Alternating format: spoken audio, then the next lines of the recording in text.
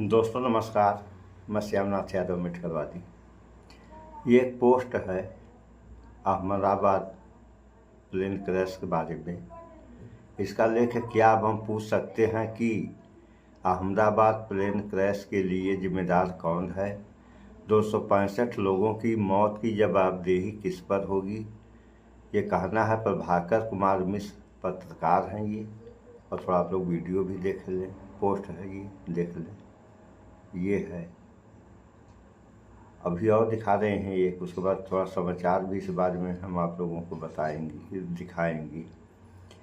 अब देखिए दूसरा है, ये भी अभी पोस्ट ही है कि एयर इंडिया की अहमदाबाद लंदन फ्लाइट रद्द, तकनीकी खराबी के कारण लिया गया फैसला है। ये पोस्ट देखें आप लोग, ये हाल है। बस केवल कहने को सरकार हमारी बनाओ और हम जो है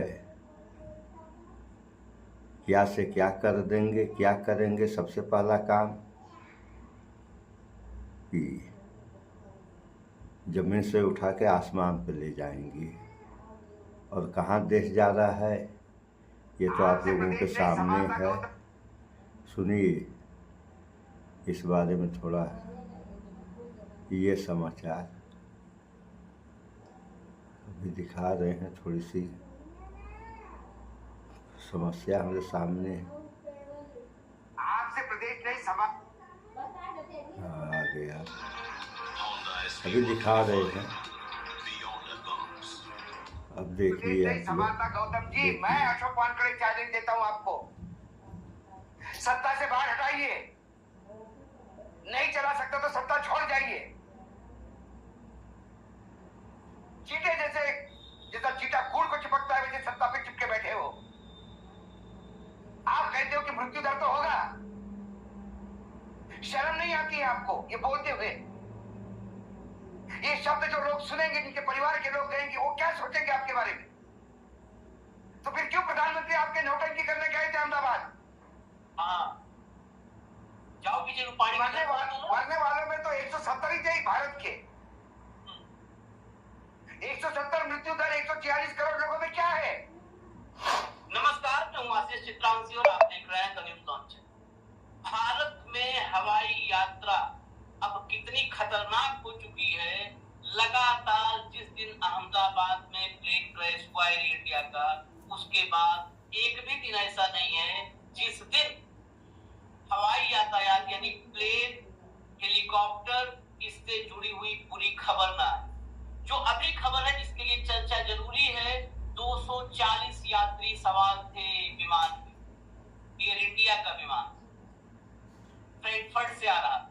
240 यात्री सवार थे, 242 थे अहमदाबाद प्लेस।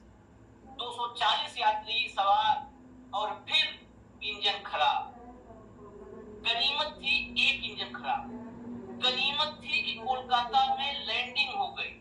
अगर ये मुंबई के लिए, मुंबई डेस्टिनेशन था, मुंबई के लिए फ्लाइट रवाना हो गई होती तो क्या होता, कल्पना की।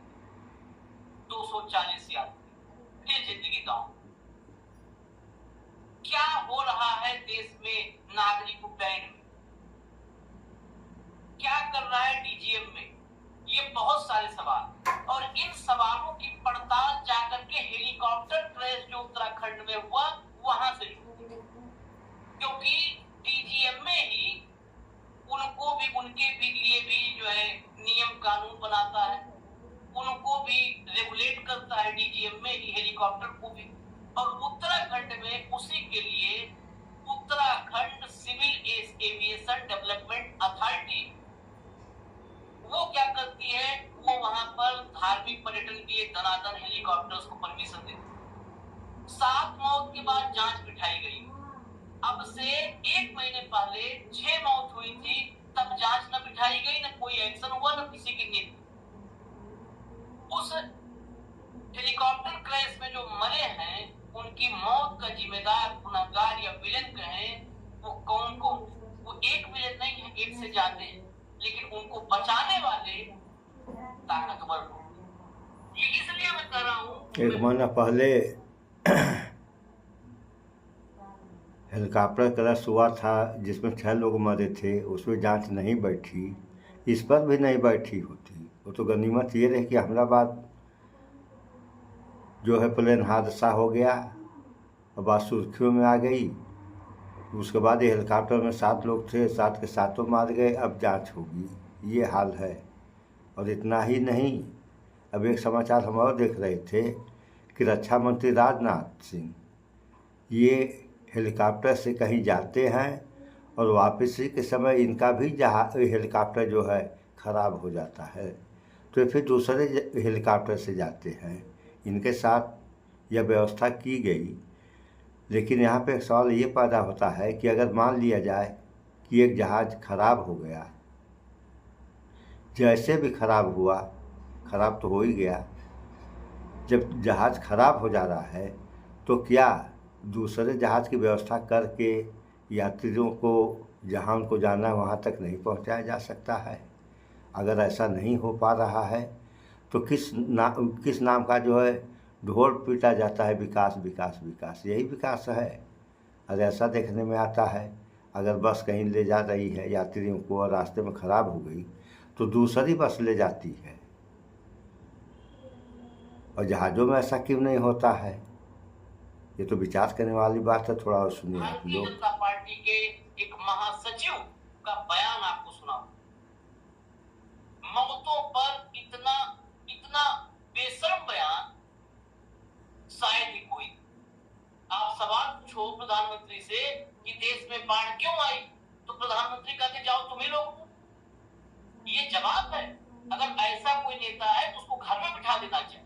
खैर, ये कई पार्ट है तो जरा उलझा हुआ सा मामला है, आप इसको सुलझाने की हम कोशिश करेंगे, गौर से समझिएगा, क्योंकि प्लेन से लेके हेलीकॉप्टर तक का मामला है। भाव को लाइए फटाफट चर्चा। स्वागत है। नमस्कार।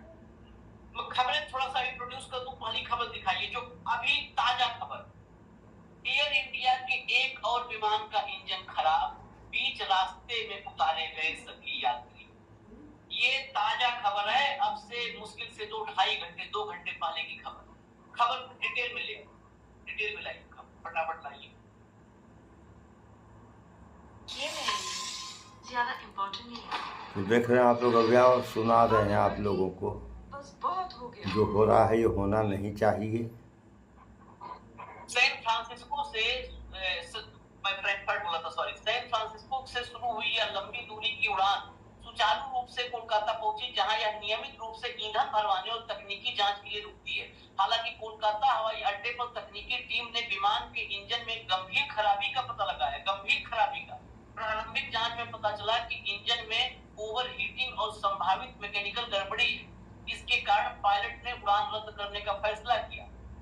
सुरक्षा को प्राथमिकता देते हुए सभी 240 यात्रियों और चालक दल के 14 सदस्यों को, यानी 254, वहां पे क्रू के साथ 242 थे अहमदाबाद के, 254 थे क्रू के साथ, तुरंत विमान से सुरक्षित बाहर निकाला गया। हवाई अड्डे के अधिकारियों ने बताया कि विमान को तकनीकी जांच के लिए ग्राउंड कर दिया गया है और विशेषज्ञों की टीम इसकी मरम्मत और रिप्लेसमेंट की प्रक्रिया में लगी है। इस बीच यात्रियों को हवाई अड्डे के टर्मिनल में अस्थायी रूप से ठहराया गया है, जहां उन्हें रिप्लेसमेंट और बुनियादी सुविधाएं दी जा रही है। चलिए, रिप्लेसमेंट इशू नहीं है यहाँ पर कि रिप्लेसमेंट देना।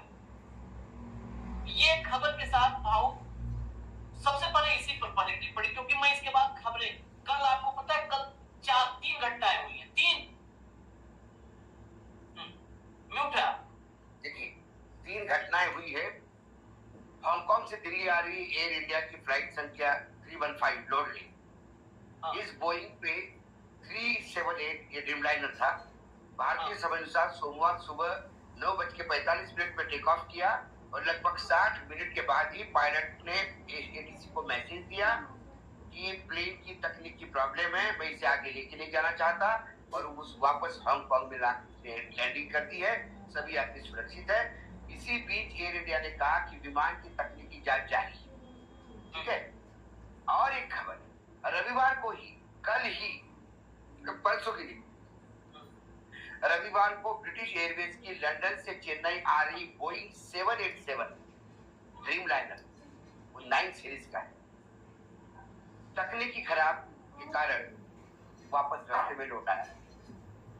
लखनऊ एयरपोर्ट पर रविवार ही सऊदी अरब की एक फ्लाइट लैंडिंग के समय पहिए में धुएं फूटने के कारण तुरंत रोक दी। विमान पे सवार सभी 242 यात्री सुरक्षित बताए गए। दिल्ली 4:25 पर रांची के लिए उड़ान भरी एयर इंडिया की एक फ्लाइट तकनीकी कारण से टेक ऑफ के बाद ही लौट आई। ये मैं आपको रविवार से मंगलवार तक की खबर बताता हूँ और आज सुबह की आपकी खबर आपने बताई। ये इसलिए हो रहा है आशीष, क्योंकि ड्रीमलाइनर के एक्सीडेंट के बाद अहमदाबाद के कोई पायलट रिस्क लेने को तैयार नहीं, कोई रिस्पॉन्सिबिलिटी लेने को तैयार नहीं। नहीं तो पायलट पे इतना प्रेशर होता है कि कैसा भी करके चले जाओ। आप मुझे बताओ, एक इंजन फेल हो गया और यदि दूसरा इंजन फेल होता तो कितनी बड़ी कैचुअलिटी। 1 घंटे बाद वो प्लेन वापस हांगकांग जाता है। इसके मायने क्या है? तो सुन लिया आप लोगों ने। तो ये जो हो रहा है, ये हो क्यों रहा है? इन सब चीज़ों को कोई देखने वाला है इस विश्व गुरु भारत में? और तो और अभी आप लोग देखें कि रक्षा मंत्री राजनाथ सिंह जिस हेलीकॉप्टर से गए वो हेलीकॉप्टर ख़राब हो गया। वो तो उड़ान भरने के पहले ख़राब हो गया, जब वापस आकर के बैठ रहे तब वो ख़राब होता है।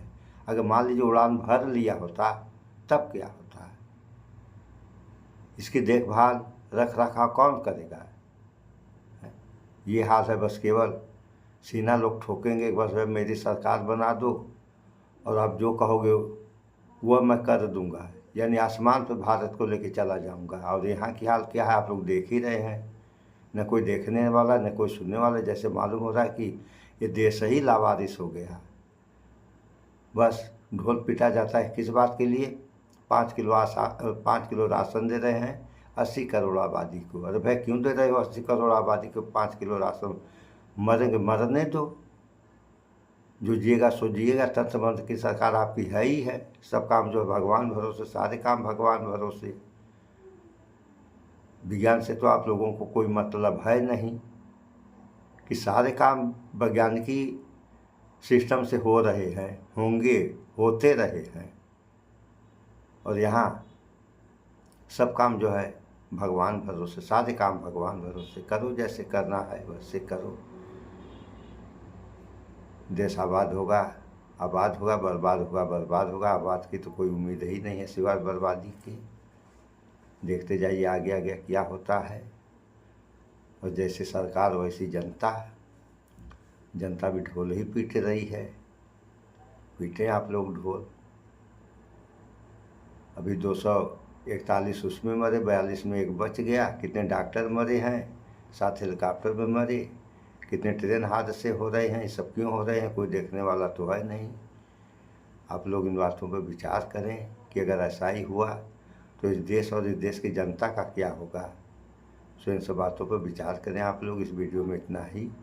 स्वच्छता अपनाएं, शुद्ध खाएं, स्वस्थ रहें, शिक्षित बने। जय विज्ञान, जय संविधान। नमस्कार।